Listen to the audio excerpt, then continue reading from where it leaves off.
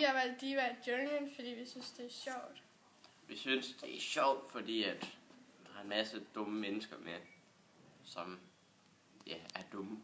Og så er det sjovt at se dem dumme sig. Og de ved ikke sådan så meget, og de udstiller sig bare sådan.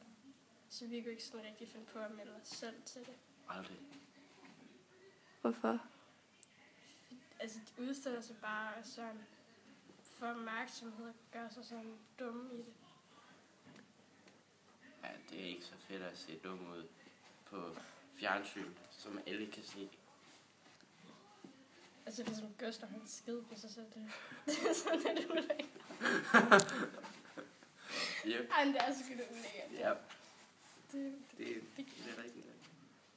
Og Amalie, der tror, at Odense ligger i Jylland.